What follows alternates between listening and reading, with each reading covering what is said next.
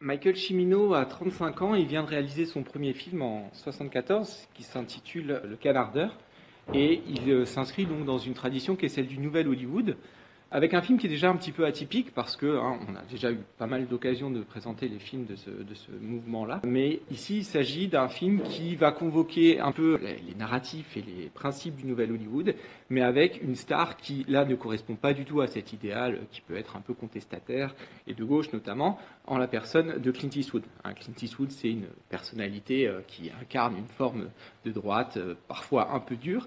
Et dès le départ, donc, Cimino va faire un peu un pas de côté par rapport à la mouvance de l'époque. C'est un film qui rencontre un petit succès.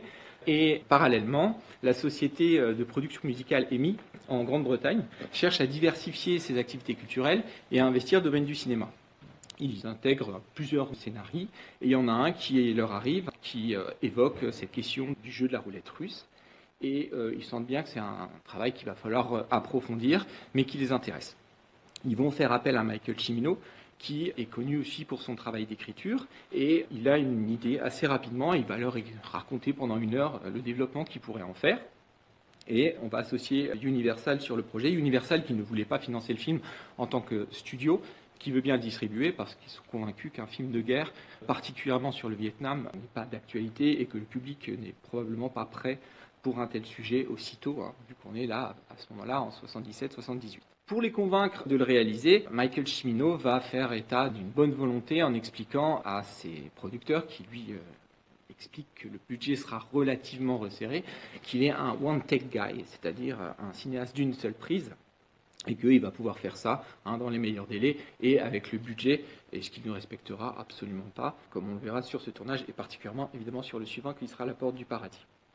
Pour l'écriture, il va faire appel à un collaborateur avec lequel il a travaillé en 72 sur un film de Douglas Trumbull qui s'appelle Silent Running, et qui est donc un film de science-fiction. Il s'appelle Derek Washburn, donc un scénariste avec lequel ils ont déjà collaboré, et il va l'associer pour travailler tout l'arc général et essayer de trouver la structure qui naît finalement assez rapidement pour mêler donc cette histoire aux thématiques plus actuelles et notamment à la question d'une Amérique profonde. Et Cimino part en repérage et laisse Derek Washburn avec la mission de rédiger intégralement le scénario. Et durant ces repérages, il l'appelle régulièrement, il observe un petit peu tout ce qu'il peut voir en Pennsylvanie et dans différents États à travers toute cette Amérique ouvrière. Et notamment, il observe dans un mariage syrien la tradition qu'on voit avec la double coupe, avec le vin pour porter chance. Et donc le soir même, il l'appelle, il lui dicte des passages, il lui propose des petits détails, et le travail avance comme ça. Après, les versions sont assez divergentes. Selon Washburn, une fois qu'il a fini son scénario, les producteurs le reçoivent et lui disent « Merci, au revoir, t'es viré, on va reprendre derrière » et ils lui volent tout son travail dont il n'aurait pas gardé de copie.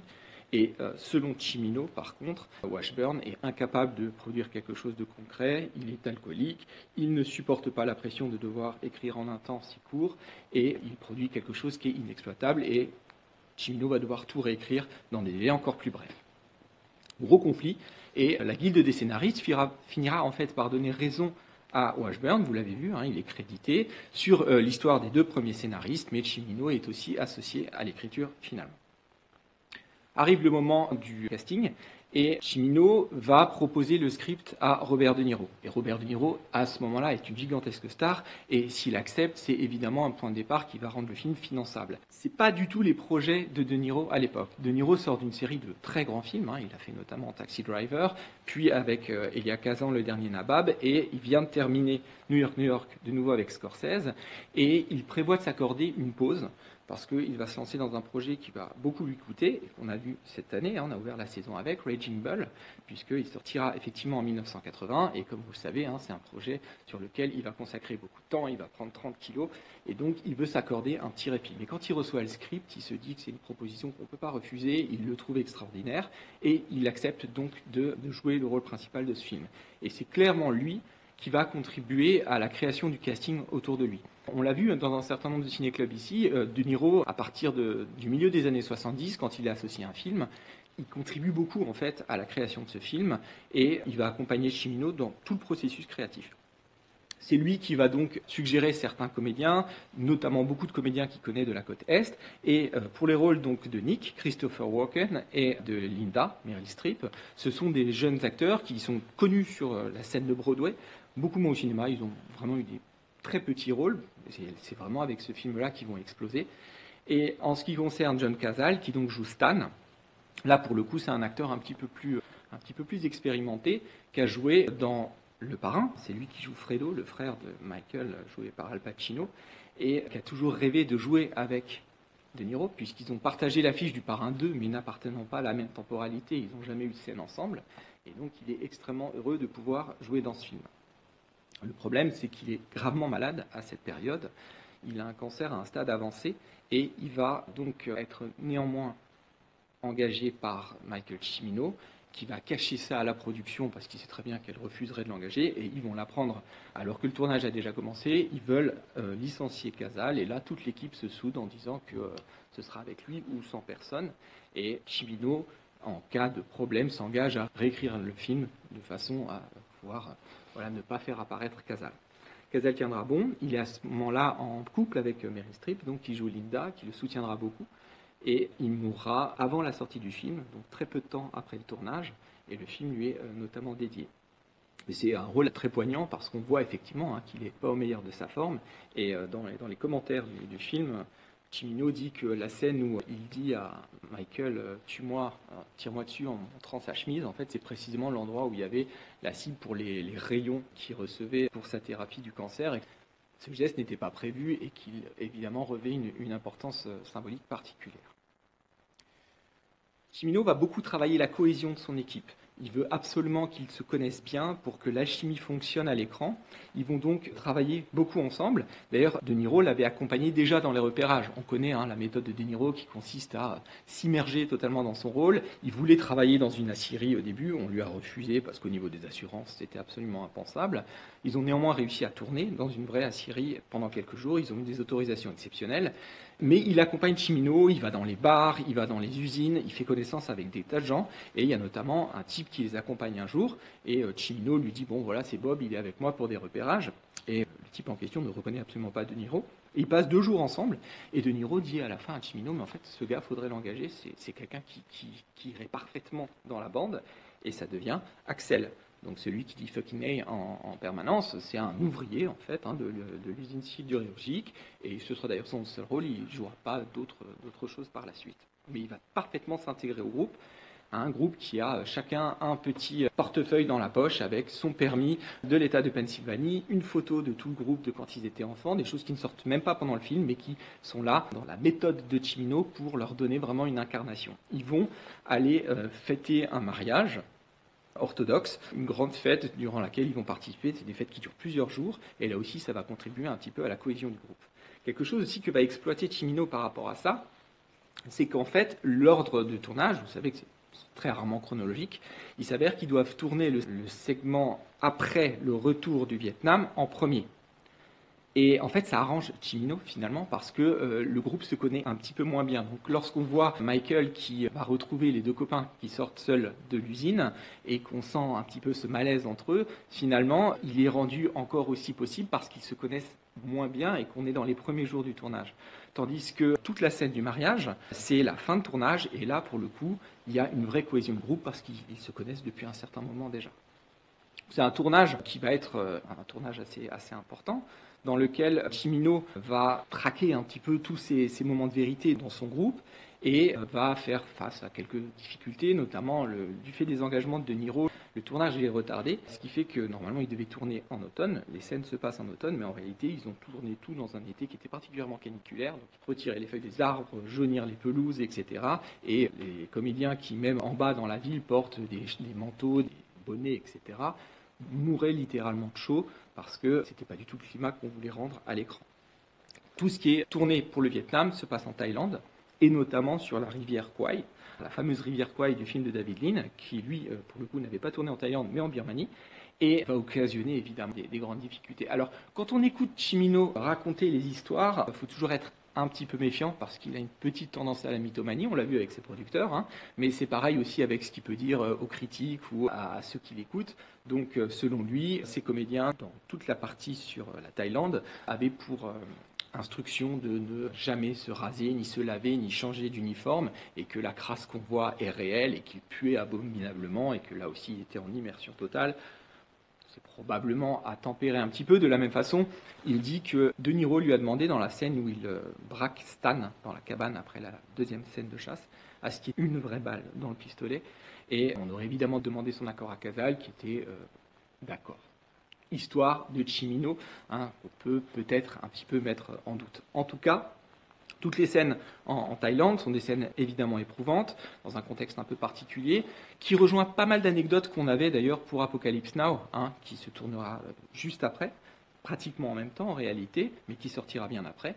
Et notamment le fait que Cimino se fait prêter tout le matériel militaire par le chef des armées de la Thaïlande, qui un beau jour lui dit « Bon, bah là, je vais reprendre mon matériel parce que j'ai un petit coup d'État à faire.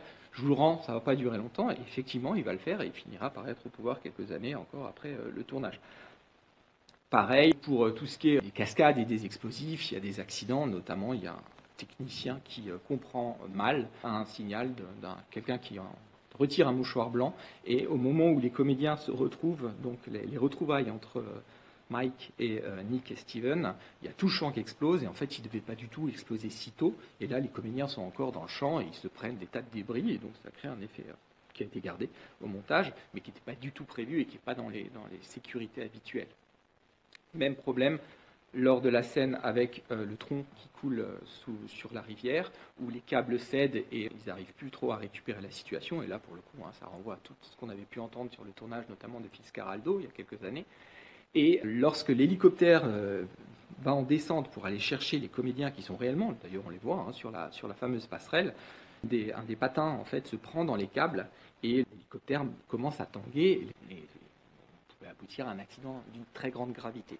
Donc ils arrivent in extremis et les comédiens doivent lâcher, sauter dans l'eau.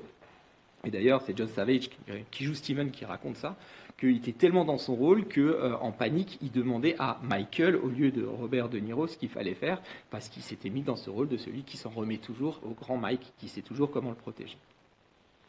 Le tournage, en tout cas, arrive à terme et va se poser déjà des questions concernant le montage, puisque Cimino avait promis un film de 2 heures, il arrive à 3 heures, largement, et notamment, ce qui va un peu créer des frictions, c'est la fameuse scène du mariage, qui dure 40 minutes, c'était absolument pas prévu dans le script, et le monteur, discrètement, réduit, sans prévenir véritablement Cimino, à 10 minutes, cette scène de mariage, pour un film qui dure à peu près 2h30 et quelques. Et il va y avoir un conflit parce que Cimino repasse derrière, la nuit, il remonte le film initial, et donc on a 2 versions qui sont en concurrence. Et le Big Boss dit, bon écoutez, on va faire ce qu'on fait très souvent, à savoir des previews, des projections tests, et on va voir laquelle recueille les meilleures notes et les sondages à la fin de la projection. Selon Cimino, sa version gagne parce qu'il aurait corrompu le projecteur lors de la projection de la version courte, en lui disant, arrange-toi pour qu'au beau milieu, ça bloque et que la pellicule crame, quelque chose qui arrive souvent à l'époque avec les pellicules en nitrate. C'est une scène qu'on verra dans le prochain Ciné-Club, dans Cinéma Paradiso. C'est un moment très important de ce film-là qui raconte justement cette ancienneté des projections. Et effectivement, interruption de la séance, et évidemment, les spectateurs sortent complètement du film, ils ont du mal à re-rentrer dedans, les résultats sont mauvais, et on garde la version. Le film donc est passé de 7 millions de dollars de budget à 15 tout de même, mais ça va être un gigantesque succès. Il va obtenir 50 millions sur donc le seul box-office américain et 9 nominations aux Oscars. Donc c'est vraiment un plébiscite. Il va y avoir beaucoup de réactions par rapport à ce film, je vous en parlerai dans la deuxième partie, mais c'est un film qui a vraiment un impact très important au moment de sa sortie. Au moment des Oscars, le film va donc en recueillir 9. Le premier, c'est assez ironique, ça va être l'Oscar du montage, sachant l'estime que justement Cimino a pour son monteur qui montait derrière son dos des versions plus courtes. L'Oscar du meilleur son, c'est un très grand travail effectivement sur cette captation du réel, des bruits d'usine continus. Et l'Oscar du meilleur acteur dans un second rôle pour Christopher Walken, qui fait donc des débuts tonitruants. Et enfin, les 2 récompenses les plus prestigieuses, l'Oscar du meilleur réalisateur, qui là aussi c'est assez intéressant, va être donné sur la scène des Oscars par Francis Ford Coppola, qui est en plein montage de son monstre qui est Apocalypse Now, qui ne sortira qu'1 an plus tard. Et c'est quelque chose qu'il aura beaucoup de mal à digérer, avoir pris tellement de retard et ne pas être l'un des premiers films sur le Vietnam, parce que c'est vraiment ça pour The Deer Hunter, donc Voyage au bout de l'enfer. Et enfin, l'Oscar du meilleur film qu'il obtient en tant que producteur, et les producteurs viendront avec lui. Et c'est John Wayne qui viendra lui remettre sur scène. John Wayne qui là fait sa dernière apparition publique, il mourra en 82 des suites d'un cancer, et il apparaît assez amaigri, et c'est vraiment le dernier moment où il sera dans l'industrie hollywoodienne devant les caméras. Dernière chose, il faut savoir qu'à cette cérémonie-là, il y a un autre film qui est beaucoup nommé, qui est le film d'Al Ashby qui s'appelle Le Retour, et qui traite du même sujet, à savoir le retour des vétérans. La différence notable, c'est que Jane Fonda joue le rôle principal dans ce film, et Jane Fonda s'est fait connaître pour son militantisme contre la guerre du Vietnam. Elle a été vraiment une activiste, et c'est un film qui condamne de manière très claire la guerre du Vietnam, et surtout explique aussi les torts de l'Amérique dans ce conflit-là. Et elle déteste le film de Cimino, qu'elle qualifie de droitard, voire de fasciste, tout en admettant assez rapidement qu'elle ne l'a même pas vu, mais on lui en a parlé. Et fin de la cérémonie des Oscars, Cimino se retrouve dans l'ascenseur avec Jane Fonda, qui a obtenu, elle, l'Oscar de la meilleure actrice pour le film Le Retour. Et il a ses 2 statuettes, elle en a une, et il y a un silence glacial, il essaye de lui dire bonjour, et elle ne lui adresse même pas la parole, et à ce jour, elle n'a jamais vu Voyage au bout de l'enfer. La première chose qu'on peut évoquer pour parler de ce film, c'est reprendre cette question de la place de Cimino par rapport au Nouvel Hollywood. C'est un cinéaste qui est très atypique parce qu'il y a un certain classicisme chez lui et parce qu'il a envie de montrer les choses de la façon la plus simple possible. Il y a une phrase assez célèbre qu'on attribue à John Ford, qui est un des grands modèles de Cimino. Critique demandait à John Ford « Comment est-ce que vous avez filmé cette séquence ?» Et John Ford répond « Avec une caméra ».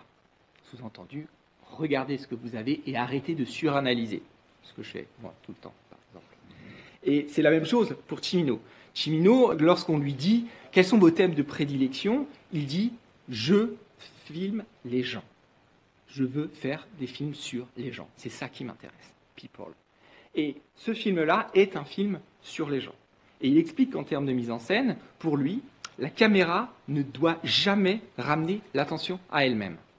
Donc on est aux antipodes d'un formalisme qu'on a pu voir, par exemple, quand on étudiait l'expressionnisme allemand ou quand on a vu Citizen Kane d'Orson Welles, par exemple. Ici, au contraire, on revient à quelque chose qui est beaucoup plus ancien, qui est ce classicisme hollywoodien d'une certaine transparence de la mise en scène. Et lorsque vous avez des mouvements de caméra, ils sont toujours en adéquation avec ce qui se passe dans le cadre. Ce ne sont pas les comédiens qui doivent se chorégraphier pour correspondre à un mouvement de caméra, c'est la caméra qui les suit. Vous avez des exemples très fréquents comme ça. La caméra qui suit, par exemple, ces femmes qui vont porter le gâteau vers la salle de réception et qui croisent en même temps les jeunes filles qui ont des cadeaux dans les mains et qui tombent. Eh bien, la caméra, elle suit les unes, puis les autres. De la même façon, quand vous avez un travelling extrêmement rapide, au moment où Michael court sur la piste de bowling, c'est parce qu'il y a une petite scène un peu comique, mais qui va justifier cette dynamique-là.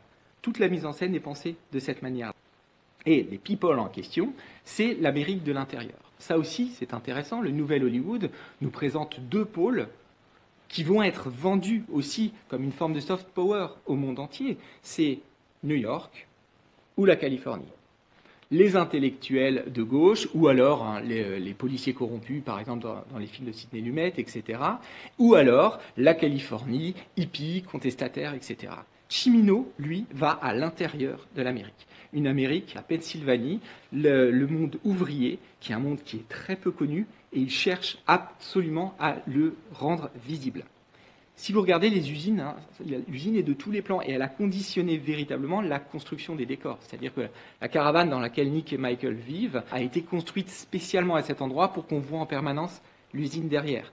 C'est la même chose dans un très grand nombre de plans. Lorsque Michael regarde par la fenêtre de son motel, il voit la rivière avec l'usine derrière. Lorsque vous avez le défilé du corbillard, c'est la même chose. Et ils ont même construit le cimetière à la fin pour qu'il donne sur cette usine. Et dans un très grand nombre de plans, on entend ce bruit de l'activité sidérurgique, ces cheminées, pour vous donner à voir cette Amérique laborieuse.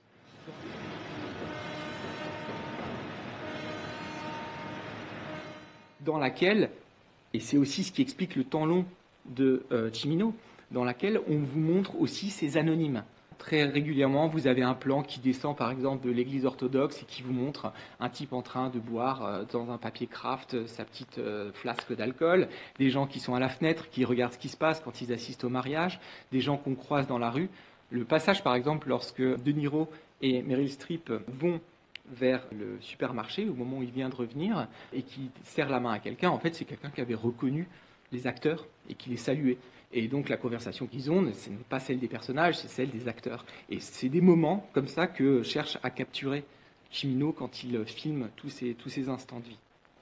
Et ce qui l'intéresse, c'est dans un premier temps de créer une communauté, un groupe soudé d'amis avec lesquels on va réellement rentrer en empathie de manière à ce que ça puisse avoir un impact lorsqu'on va voir ce qu'ils vont subir par la suite. Et dans la première partie, un très grand nombre de plans d'ensemble vont donner à voir cette foule, ces groupes. Très beau plan, par exemple, sur la sortie d'usine, la première, où on voit tout ce groupe, qui sont comme des gamins qui passent leur temps à s'amuser, qui se jettent des choses, qui sont dans un état d'immaturité insouciante, en fait, permanente. Et évidemment, durant la fête, on aura toutes les danses, les scènes de foule.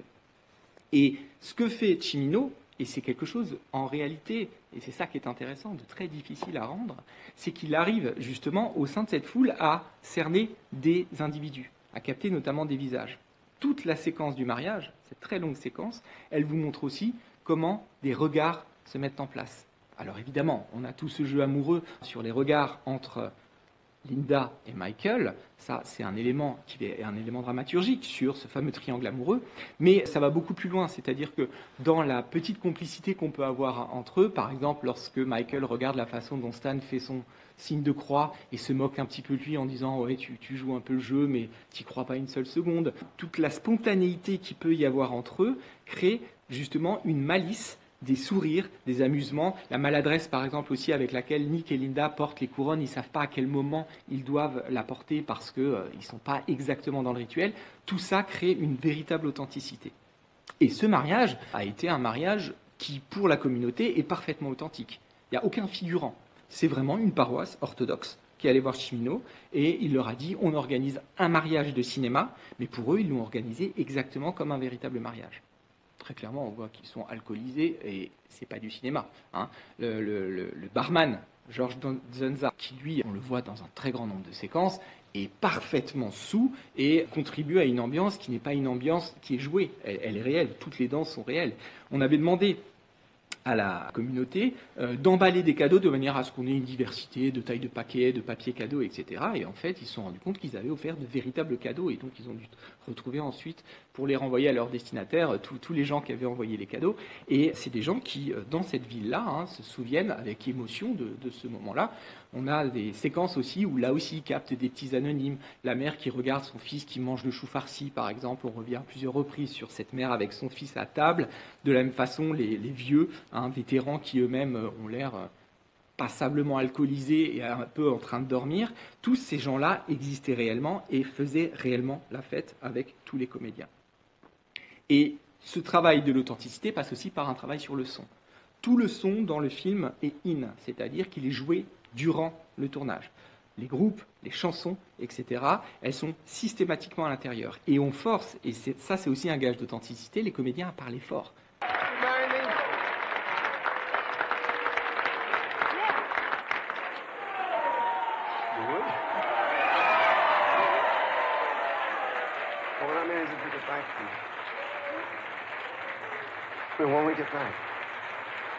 Très souvent, ils doivent un peu crier pour s'entendre, et nous-mêmes, on les entend hausser la voix, donc on n'a pas cette artificialité très confortable habituellement du cinéma, dans laquelle on capte parfaitement les voix, mais on sait qu'elles sont post-synchronisées. Ici, ce n'est pas le cas, et ça contribue évidemment à une authenticité. Le passage où le personnage de John joue un morceau de piano juste avant la fameuse transition, là c'est la même chose. Cimino avait exigé de lui qu'il apprenne ce morceau en lui disant je sais que tu sais pas jouer du piano mais ça m'intéresse que tu sois un petit peu maladroit, et donc il apprend ce nocturne de Chopin et il le joue sur un piano qui est le piano qui est sur place, qui est désaccordé, qui est pas très bon, et c'est cette authenticité là qui l'intéresse, de la même façon que certains passages de chorale ou certains chants sont un peu faux parce qu'ils sont tout simplement spontanés. Donc tout ce travail-là de Cimino explique pourquoi le mariage finalement est si long. Parce qu'en fait, il arrive sur le plateau, et c'est ce que dit son chef opérateur, Vilmos Zsigmond, qui dit, en réalité, on était comme des jazzmen, c'est-à-dire qu'on jouait ensemble et il y avait quelque chose qui se créait, une alchimie qui se mettait en place. Et la scène, le mariage se déroule, il le filme et il attend aussi les accidents. Les chutes qu'on a sont des chutes qui se passent réellement et qui intéressent parce que les éclats de rire, les maladresses, ces petits accidents sont le gage de l'authenticité que recherche Cimino et qu'il va refaire dans le film suivant, La Porte du Paradis, et qui là, pour le coup, va prendre des proportions cataclysmiques qui vont contribuer à la quasi-autodestruction de son film. Pourquoi avoir montré tous ces personnages si longtemps? Pour qu'on s'attache à eux et pour que la rupture avec le sujet du film, à savoir la guerre du Vietnam, soit encore plus violente. Vous avez une transition qui est vraiment une transition historique dans l'histoire du cinéma. C'est donc ce passage, ce très beau tableau dans le bar, avec cette gravité. Vous remarquez d'ailleurs comment on passe à des plans un petit peu plus rapprochés. Et on a pas mal d'effets, peut-être que les experts l'ont remarqué, de ce qu'on appelle des doubles focales. C'est-à-dire que vous avez un personnage qui au premier plan est net, c'est souvent le cas avec Stan, et derrière on voit John qui lui-même est dans l'arrière-plan et qui est aussi net. Donc on a créé un système de double focale parce que pour le coup on veut des portraits plus rapprochés pour accéder à la gravité du moment, la solennité des visages, l'appréhension par rapport à ce qui les attend. Et cette transition, avec le bruit d'hélicoptère qui fait la jonction, va nous propulser dans un monde complètement chaotique qui est la représentation de la guerre. Donc c'est une transition qui ne propose aucune contextualisation. On peut dire d'ailleurs d'une certaine façon que c'est l'anti-Full Metal Jacket de Kubrick, où vous avez toute cette longue partie où on prépare les gens, l'école militaire, on va leur apprendre l'aliénation avant de les envoyer au combat. Ici, c'est exactement l'inverse. Subitement, on est au cœur du combat et on a l'impression que, très clairement, le personnage Michael est endormi, évanoui, et il s'éveille dans un cauchemar. On le voit allongé parmi des cadavres et on découvre l'horreur absolue. La volonté de brutalité de Cimino, elle est évidente. Il s'agit de nous montrer un univers dans lequel on a perdu tout repère et on est face à la barbarie et à l'opposé de la civilisation. Il y a eu beaucoup de reproches qui ont été faits à Cimino à l'époque sur sa représentation de la guerre du Vietnam. Pas de contextualisation. À aucun moment on ne dit dans quelle mesure les États-Unis sont responsables de ce qui se passe. Et ça, c'est quelque chose qui a été vivement reproché en disant mais en gros, c'est extrêmement manichéen, on ne voit qu'un parti, on ne donne jamais la parole aux locaux et il y a une représentation qui est complètement biaisée. Mais c'est totalement voulu de la part de Cimino. Cimino n'a absolument pas proposé une véritable contextualisation, un film politique, un film avec un contexte historique. C'est une propulsion dans le chaos absolu. De la même façon, on a fait le reproche à Cimino d'un certain racisme par rapport à la manière dont il représente notamment les Viet Cong. C'est effectivement, c'est entendable, et on ne traduit jamais ce qu'ils disent. On a l'impression de personnages qui s'expriment par onomatopée violente et on ne sait pas ce qu'ils pensent, on ne sait pas quel est leur contexte à eux et on n'a jamais la possibilité de les humaniser.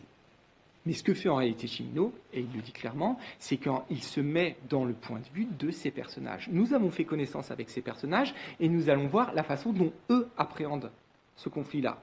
Et ce conflit-là, c'est le rapport à l'altérité absolue, c'est-à-dire quelque chose de terrible et qu'ils ne comprennent pas. Ils ne comprennent pas les enjeux de cette guerre. Ils sont vraiment dans une folie qui ressemble beaucoup à une espèce de cauchemar hallucinatoire. Et si vous regardez, on a des séquences très sensitives, mais qui ne convoquent pas d'éléments narratifs très stricts. On a une sorte de fusion des éléments. Vous avez les flammes, vous avez l'eau, vous avez les pales d'hélicoptères qui créent des bourrasques, donc tous ces éléments qui se mêlent. Et la scène majeure se déroule sur cette cabane, sur pilotis, qui a l'air d'être une île, qui n'est même pas véritablement l'incarnation d'un pays à proprement parler. Cimino évoque tout de même le réel, puisqu'il va convoquer des images d'archives, vous les avez sûrement reconnues, on voit un petit peu la différence, notamment dans la défaite, dans le retour à Saigon dans la deuxième partie, les hélicoptères, les chutes, etc., le toit de l'ambassade américaine à Saigon. Mais en fait, il explique que le recours à la violence qu'il a, et justement à la violence extrême, part d'une intention délibérée chez lui. Ce qu'il explique, c'est que à la fin de la guerre du Vietnam, les Américains ont été familiarisés par justement le traitement médiatique et télévisé de la guerre, à cette imagerie de la guerre. Et c'est un peu une nouveauté. C'est une guerre qui est très médiatisée. On est dans les années 70. Évidemment qu'on la médiatise beaucoup plus qu'on ne l'avait faite pour la Deuxième Guerre mondiale, par exemple, qui déjà avait été assez abondamment filmée. Mais là, pour le coup, on a la télévision et on le voit au quotidien. Et le but de Cimino, c'est de choquer à nouveau l'Américain. C'est-à-dire de retravailler cette sensibilité et de le mettre face à des choses qui vont à nouveau pouvoir provoquer une sensibilité par rapport à l'horreur qu'ont vécu les vétérans. Et ça explique aussi ce recours à la roulette russe. La roulette russe, là aussi, on lui a beaucoup reproché. On lui a dit, mais il n'y a rien qui documente le fait qu'il y ait eu ces exactions commises par les Viet Cong sur les soldats américains avec des roulettes russes imposées, etc. Et il dit, mais j'ai jamais prétendu une telle chose. On est dans une vision métaphorique et surtout une condensation. La roulette russe, c'est quoi? C'est l'attente arbitraire de la mort qui peut arriver à tout moment et se retrouver face à quelqu'un qui, là aussi, en fonction de son destin à lui, le mien peut basculer. S'il n'a pas une balle dans son barillet, elle sera probablement pour moi.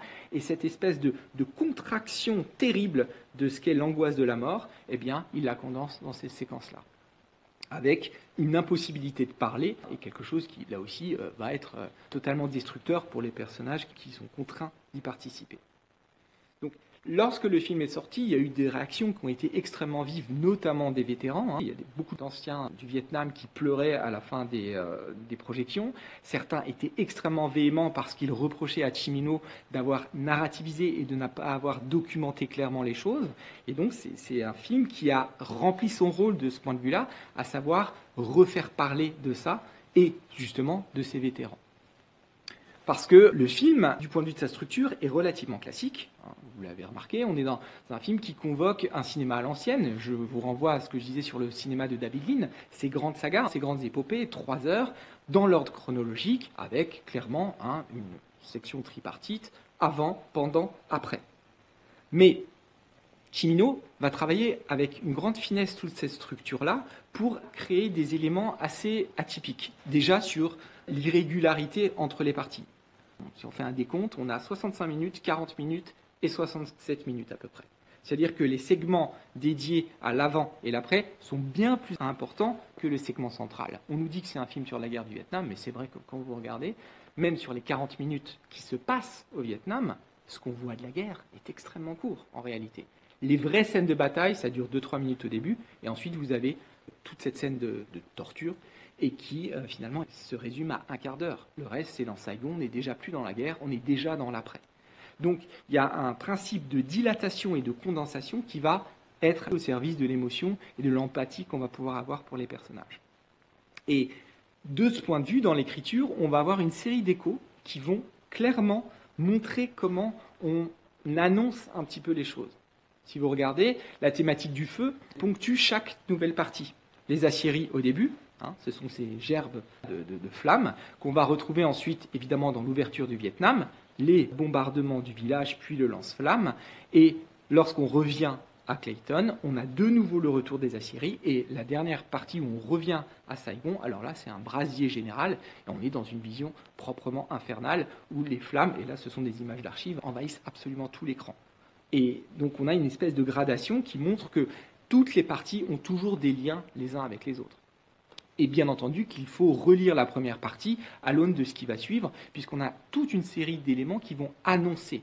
La première partie, qui pourrait être celle du temps de l'innocence, du moment de la liesse et de la joie, en réalité est saturée d'effets, d'annonces sur ce qui va suivre. D'abord, même pas sur le thème de la guerre, mais on vous montre des personnages qui ont des fêlures, des failles. Le personnage, par exemple, de Linda, qui est violenté par son père, c'est une séquence, par exemple, qu'on pouvait tout à fait couper. Il veut absolument la laisser pour montrer cette violence quotidienne. Si vous regardez aussi la première fois qu'on voit Angela, elle se regarde, elle dit I do, et puis dès qu'elle se met de profil, on voit que les conditions du mariage sont un petit peu particulières, d'autant qu'on apprendra en plus par la suite qu'elle n'est même pas enceinte de Steven.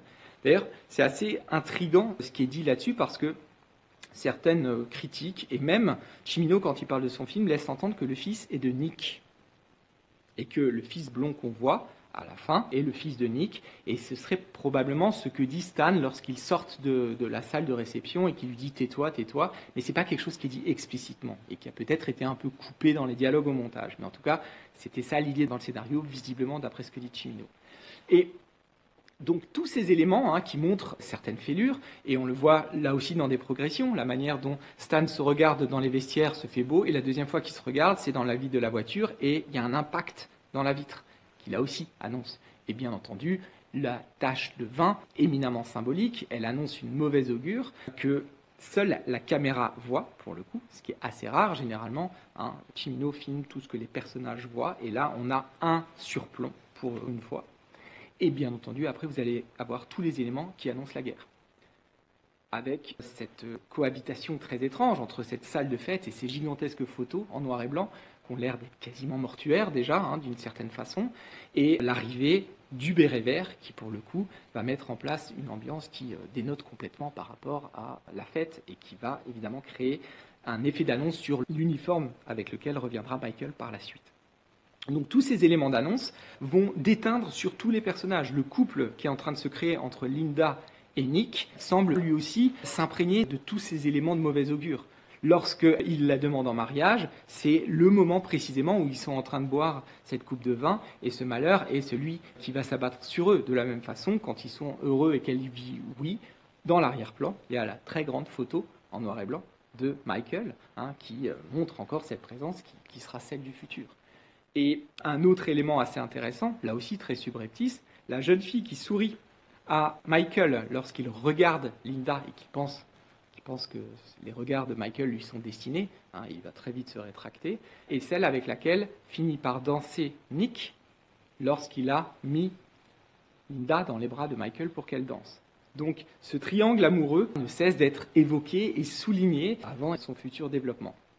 Le thème aussi du one-shot est un thème qui va être dans toutes les parties et qui à chaque fois va être décliné de manière de moins en moins lyrique et poétique. Au début, c'est cette espèce de posture de Michael qui a cette idée très noble du chasseur en lien avec la nature. Il faut que ce soit fait avec une seule balle.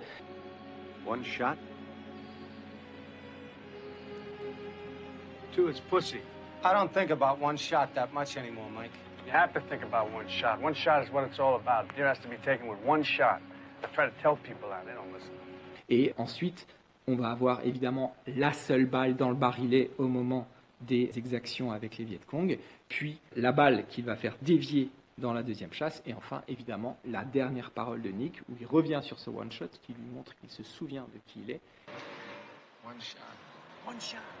One shot.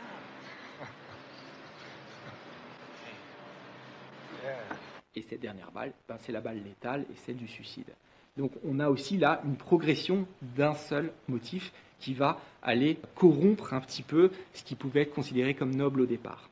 Et enfin, le retour de la guerre, c'est un retour qui se fait, si vous l'avez vu, sur une passerelle qui est complètement décatie, en ruine, et qui annonce aussi la ruine des personnages qui vont revenir. On a un infirme, on a un manquant, quelqu'un qui ne revient pas, et on a un autre qui va essayer de faire bonne figure, mais qui lui-même est totalement dévasté. Et ces phrases sont très intéressantes. Ce que dit Steven, I don't fit. Come on. I don't fit. Look. Hey, I'm gonna take you home. Look, man, look. You promised me, man. I don't fit. C'est-à-dire, voilà, je ne corresponds plus à mon environnement, je ne suis plus intégré. Michael lui dira, I feel far away. Je me sens à distance, loin de tout ce qui se passe, je ne suis plus avec vous. Et vous allez aussi avoir ces retours de phrases. D'abord, pour encourager Steven ou Mike ou Nick, il leur dit do it, pour se tirer une balle. You can do it. You can do it, Steve. Do it! Go ahead, Nicky. Go ahead. Just do it.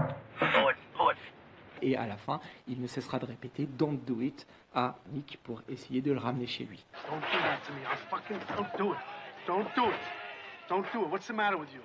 Don't do it. Donc on a toute cette corruption, c'est-à-dire que le segment du retour n'est pas un segment de la victoire et de ça y est, c'est fini, c'est derrière nous. Au contraire, on ne cesse de montrer cette contamination, notamment à travers le motif de l'arme, Stan qui a cette arme qui va évidemment provoquer la fureur de Mike, qui va devenir extrêmement violent avec lui et qui finira par jeter cette arme.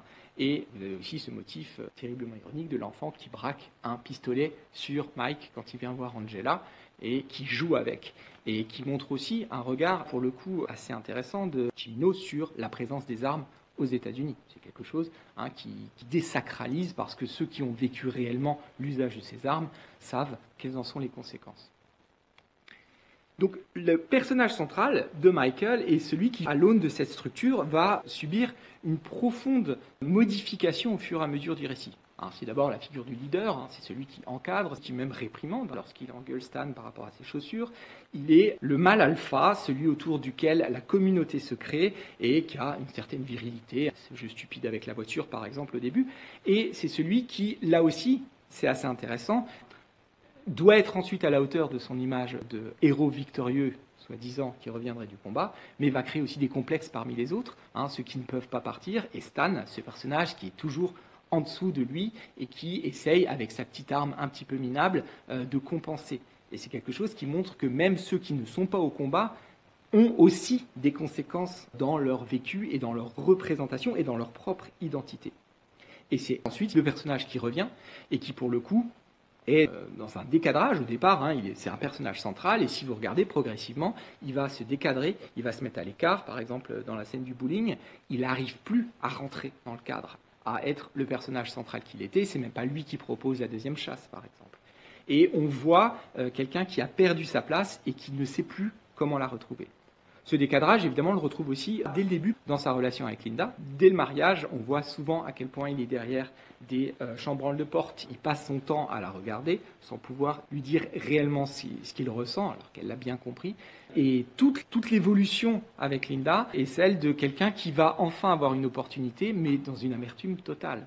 C'est-à-dire que lorsqu'il revient, Nick étant absent, il pourrait avoir cette place qui était déjà presque acquise, mais avec une douleur et une culpabilité totale. Et il ne cesse de marcher sur ses traces. Elle lui tend ce pull. On voit un plan dans lequel d'abord Nick regarde la photo de Linda dans son portefeuille, ensuite c'est lui qui fait exactement la même chose, et on voit quelqu'un qui ne sait pas comment exister par lui-même. Parce que c'est aussi un très grand film sur l'amitié.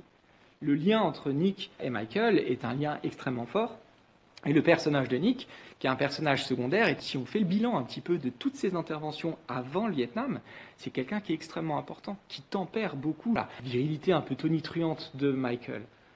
Il est à chaque fois celui qui remet un petit peu les choses. C'est celui qui va le couvrir quand il est complètement ivre et nu au sol, par exemple. C'est celui qui finit par donner les chaussures et qui dit, il fait baisser les yeux à Michael. Il lui dit, mais qu'est-ce qui t'arrive là? Maintenant, tu lui donnes ses chaussures. Donc, il a l'autorité finale parce qu'il est raisonnable et qu'il a quelque chose que n'arrive pas à véritablement exprimer Michael et qui est la sensibilité. Et ça, c'est un thème crucial. Il y a eu une lecture qui a été faite de façon très insistante sur la potentielle homosexualité entre Nick et Michael. D'ailleurs, ça fait partie des blagues très lourdes de Stan qui l'évoque souvent. Pas avec Nick, mais en tout cas la possible homosexualité. Mais c'est vraiment plus une insulte qu'autre chose de la part de Stan. Et en fait, c'est pas du tout le sujet. Ce qui est intéressant, c'est que ces deux-là forment un personnage complet. Et que lorsque Mike revient sans Nick, déjà, il a trahi sa promesse, il devait le ramener. Don't leave me over there. You gotta. Just don't leave me. You gotta promise me that, Mike. Hey. Oh man, you gotta promise, definitely. Hey Nicky. You got it, man. Mais en plus, il a une part manquante qui est gigantesque. Et il doit être lui-même sans avoir ce relais. Il lui dit au début, moi je suis un solitaire, je veux être celui qui va dans la nature, etc. Mais j'aimerais, si je ne chasse qu'avec une personne, c'est avec toi. I mean, I love them. They're great guys, but, without you, I hunt alone. Seriously, that's what I do. Parce qu'en fait, ils sont tous les deux, ils se complètent. Et la différence entre la première et la deuxième chasse montre beaucoup cet élément-là.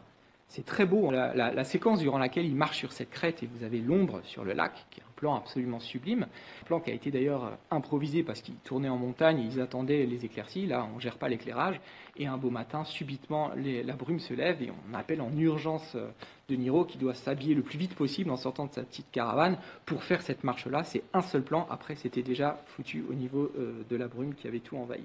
Et donc ils ont ce plan absolument parfait qui montre évidemment quelqu'un hanté par ce fantôme, cet absent qui est dans l'ombre.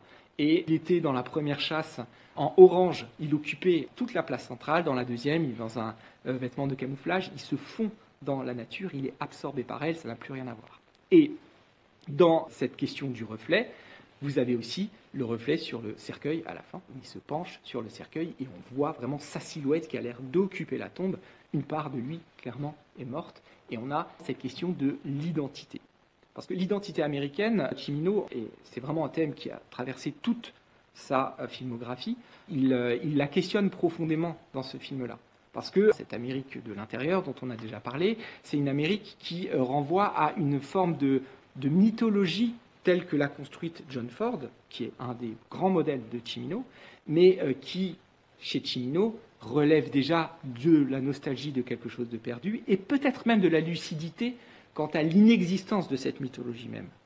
À savoir que, dès le départ, à travers tous les effets d'annonce que je vous ai évoqués, on sent qu'il y a quelque chose qui ne va plus. Et c'est ce que dit la mère au prêtre. Elle dit « je ne comprends pas, je ne comprends rien ». Elle se marie, elle est déjà enceinte, le lendemain il part au Vietnam, ça n'a pas de sens. I understand nothing anymore. Nothing. Oh. Why? Il y a plusieurs personnages. Nick dit aussi ça. Il dit « ça va trop vite, je ne comprends pas, on n'a plus de repères ». For Christ's sake, Mike, Stevens getting married in a couple hours. I don't know what the hell we're even doing. We're talking about hunting the last time before the army. The whole thing, it's crazy. Ces repères perdus, cette stabilité perdue, c'est le sujet même du film. Et qui montre une identité qui se dissout et une profonde mélancolie de la part de Cimino par rapport à cette thématique. À savoir que la nation, finalement, va revenir traumatisée par rapport à ces événements-là. Et là, vous avez un spectre qui est celui joué par De Niro 2 ans plus tôt, de Travis Bickle, dans le film de Scorsese, qui est Taxi Driver.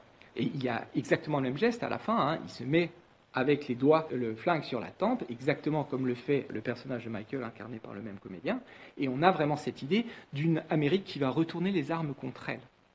Et ça, c'est un thème majeur auquel Cimino va consacrer beaucoup de récits, notamment dans La Porte du Paradis, puisqu'on est là dans les naissances de la nation, avec les riches qui essayent d'exterminer les immigrants pauvres pour pouvoir avoir tous les territoires. Et on retrouvera cette thématique, il considère ça vraiment comme une trilogie, avec le film suivant, qui est L'Année du Dragon, où on aura aussi la cohabitation très complexe entre les communautés chinoises et un flic raciste polonais, incarné par Mickey Rourke. Donc le melting pot américain, l'identité américaine et cette façon dont la violence va intégrer directement la nation même est le sujet aussi du film, avec cette idée finalement très cruelle que c'est toute cette communauté donc russophone de l'Est pourrait gagner son identité américaine en ayant servi la patrie proudly, comme on le voit au début du mariage. Mais il n'en est rien, ils sont invisibilisés. Et c'est le sujet même du retour, c'est-à-dire qu'on ne veut plus les entendre. On a haï cette guerre, on la comprend comme étant injuste, et on va en plus fustiger ceux qui reviennent. On les met dans cet hôpital des vétérans, qui est un réel hôpital des vétérans, et qui a filmé Cimino. Et toute cette question de l'échec va passer par le silence. Le silence dans le film est très important, parce qu'il montre l'incapacité à communiquer et à conclure sur ce qui s'est passé. Le personnage de Nick, lorsqu'il ne parvient pas à répondre au médecin, d'ailleurs, petite anecdote, le médecin en question, en fait, c'est un agent de la CIA. Ils étaient tous sur le plateau quand ils étaient en Thaïlande. Et Cimino dit, bon, au lieu de rien faire, vous avez qu'à jouer un rôle. Et donc, il lui fait jouer le rôle du médecin. Donc, c'est un agent de la CIA qui est là pour surveiller. Et il dit, en fait, à Christopher Walken, tu ne parles plus sur cette séquence. Sur cette prise, on va essayer sans parole. Et il lui dit, ne dis rien, ne dis rien, ne dis rien. Et l'émotion surgit. Et cette incapacité à parler est un thème qu'on va retrouver chez plusieurs personnages. La catatonie d'Angela, qui est incapable de parler avec son petit transistor. Vous avez ensuite aussi toutes les scènes de cabine téléphonique où on essaye d'appeler et on finit par raccrocher. On n'arrive plus à communiquer. Et cette incapacité-là va aller jusqu'à une vraie destitution du langage. Et ça, c'est assez intéressant parce que ça remet aussi en question les fameuses phrases de Michael, qui a son one-shot, et Stan, qui est assez doué de bon sens un certain nombre de fois. Lui, cette phrase full of shit arrive fréquemment. What the fuck are you talking about? No, it's an old Indian thing. You're full of shit. Stanley, would I shit you about something like that? You know, Mike, there's times when nobody but a doctor can understand you. Voilà, en gros, tu dis des phrases. Quand il lui dit « this is this », You see this? This is this. This ain't something else. This is this. Stan lui dit « mais ça veut rien dire », ce qui est potentiellement vrai. Hey, you know your trouble, Mike, huh? Nobody ever knows what the fuck you're talking about, huh? This is this. What the hell's that supposed to mean? This is this. I mean, is that some faggot-sounding bullshit, or is that some faggot-sounding... Hey, shut up, Stan, will you? Et ces phrases toutes faites, elles n'ont plus d'autorité. Ça ne fonctionne plus. Les mots ne sont plus capables de dire ce que les personnages ont vécu et ce qu'ils ont traversé. Et ce sera la même chose avec les deux remarques qu'il va avoir, d'une part de John dans le bar et du patron du supermarché. On a gagné la guerre. Oh, shit, what did you do? Win the war all by yourself? You really won them, man. I'm like, you won. C'est très ironique, c'est absolument pas le cas, c'est même l'inverse, mais on essaye de faire bonne figure. Et le vrai dialogue, la vraie phrase, c'est celle du béret vert, fuck it. Fuck it. Fuck it. What do you say? Fuck it, that's what I did. Did Charles say anything? Fuck it. Okay. Fuck it. Fuck him. Voilà, il n'y a rien à dire. C'est le chaos et fuck it, je ne vous parlerai pas, il n'y a rien à dire. Et je ne veux pas en parler. Et l'esthétique même du film va travailler cette question-là. On le retrouvera dans le travail du chef opérateur, Hans Guimond, qui va désaturer, décolorer. Le film est très sombre. C'est un chef opérateur qui est vraiment attitré au Nouvel Hollywood. Il a fait beaucoup de films du Nouvel Hollywood, dont notamment ceux de Schatzberg. C'est lui aussi qui a éclairé Rencontre du troisième type de Spielberg, donc là avec des méthodes un peu différentes, un peu plus colorées. Mais ici, il y a cette espèce de tonalité funèbre qu'on va voir dans le film et qui va être travaillé par la mise en scène et par l'éclairage et la photographie du film. Cette thématique de la confusion se retrouve aussi dans l'exploration des espaces. On l'a vu, le retour de Michael au pays ne cesse d'être hanté par ce qu'il a vécu, notamment dans la manière dont il regarde à travers les fenêtres qui donnent sur une rivière qui renvoie à un passé traumatique. Mais cette confusion de l'identité se retrouve aussi dans les miroirs et la place importante qu'ils occupent. Une manière de confronter les personnages à leur zone d'ombre, que ce soit Angela avant son mariage ou Linda et ses scrupules lorsqu'elle se sent attirée par Michael. On remarquera d'ailleurs la manière dont la caravane joue ce relais possible entre les deux hommes. Lorsqu'elle échange avec Nick dans la première partie, Michael les regarde de l'intérieur. Il quitte les lieux dès qu'il rentre pour s'effacer. Lors de son retour, il remplacera Nick dans cette lucarne avant que Linda ne lui ouvre la porte. La porosité des espaces va encore plus loin dans le jeu de la mise en scène. À 2 reprises, Cimino commence son plan à l'intérieur du miroir, avant qu'un travelling ne révèle le trompe-l'œil de la prise de vue. Avec le père de Linda, puis lorsque cette dernière rejoint Michael dans son lit, travaillant très finement cette incertitude et l'incapacité des individus à évoluer dans un monde stable.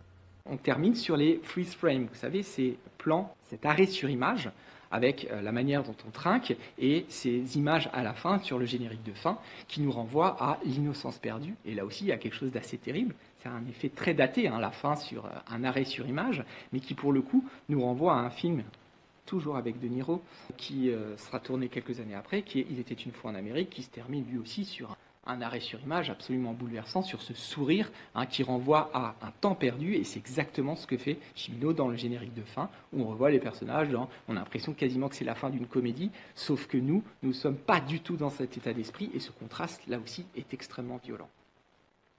Donc on pourrait se demander si ce pessimisme radical est le seul propos du film, et en réalité, pas du tout. Le film sur les gens, c'est aussi un film sur l'humanité. Et qu'est-ce qui fait que ce film est si important et que des gens veuillent le revoir, alors que c'est un film aussi éprouvant, c'est parce qu'en fait, on a une humanité à l'intérieur qui n'arrête pas de surgir de partout. Et cette humanité, elle se fait quand les gens sont confrontés à des choses plus grandes qu'elles. Premier thème, la nature. La nature est très importante, et dans toute la filmographie de Cimino, vous allez avoir ces montagnes, vous allez avoir cette grandeur, quelque chose de sacré, qui renvoie les personnages à quelque chose de grandiose, dans lequel ils sont émus, et ils n'ont pas besoin de langage pour le dire. Même la descente de la rivière, à un moment, sans musique, quelque chose d'assez majestueux. une libération où ils sont cette fois en contact avec la nature, ils ont quitté le monde barbare des hommes. De la même façon, toute la question du rituel est très importante. Le rituel, c'est ce qui rend supportable l'existence, ce sont ces répétitions. Et là aussi, Cimino, et c'est pour ça qu'il a souvent été qualifié de cinéaste de droite, voire réactionnaire, n'a aucun cynisme sur le rapport à la religion, le rapport au rituel. Au contraire, il montre que ça fédère une communauté et que ces repères, cette répétition, vont créer des repères qui vont pouvoir les aider à surmonter. D'abord en fêtant avec le mariage et ensuite, évidemment, aussi avec cet enterrement. Et le rituel est un moment dans lequel on va se retrouver et automatiquement quelque chose va se créer. C'est ce qu'on voit avec la chanson, Can't Take My Eyes Off You. Il y a quelque chose de très beau où on passe d'un personnage à l'autre. C'est un passage très beau dans lequel tous les personnages sont à l'unisson. Et cet unisson, on va le retrouver dans cette fameuse dernière scène, qui est le God Bless America, qui là aussi a fait couler beaucoup d'encre, parce que pour le coup, terminé sur le God Bless America, avec toutes ces années où la nation s'est véritablement déchirée, et là on y voit une manifestation d'un patriotisme outrancier, ce qui n'est absolument pas le cas. Même Sgimond, le chef-op, quand il a lu le scénario, a dit à Cimino, là non, ça tu peux pas finir avec ça, là on va se faire vraiment allumer, ça va être complètement ringard. Et Cimino lui a dit, attendons de voir quand les comédiens l'incarneront. Et sur le plateau, tout le monde est complètement bouleversé et ça fonctionne. Ce qui explique Cimino à propos de ce God Bless America, c'est que ce qui compte, c'est pas les paroles. Ce qui compte, c'est un chant que tout le monde connaît. Et qui d'ailleurs, au départ, est annonné par John. John a un rôle très important. Il apparaît au début dans la chorale. Et on le voit chanter, et ensuite il y a un gros plan sur lui où il sourit au moment où ils sont mariés. Il est l'homme de la musique. C'est celui qui joue le nocturne de Chopin aussi, et qui change la tonalité, et c'est celui qui, à la fin, chante. Donc, il n'est pas le patriote, il est l'homme de la musique, il est l'homme de la mélodie qui accompagne la communauté. Et les autres personnages vont participer avec lui à ce chant-là. Linda, qui est une taiseuse, Linda, c'est celle qui parle peu, qui s'isole elle aussi pour pleurer dans son supermarché, et bien là, elle va dire les paroles, et elle va faire en sorte que tout le monde chante aussi. God bless America, land that I love. Stand beside her and guide her. Et dernière chose, par rapport à ces seconds rôles qui prennent la parole à la fin, le personnage d'Angela. Angela, qui ne dit quasiment rien de tout le film, et quand on va lui parler, elle n'arrive pas à parler. Angela dit une phrase qui est très mal traduite dans la version qu'on a vue ce soir, qui était traduite par « c'est une journée bien triste, je crois ». C'est une triste journée. Le texte, c'est « It's not such a grey day ». Grey, gris. Ce n'est pas une journée si grise. It's been such a grey day.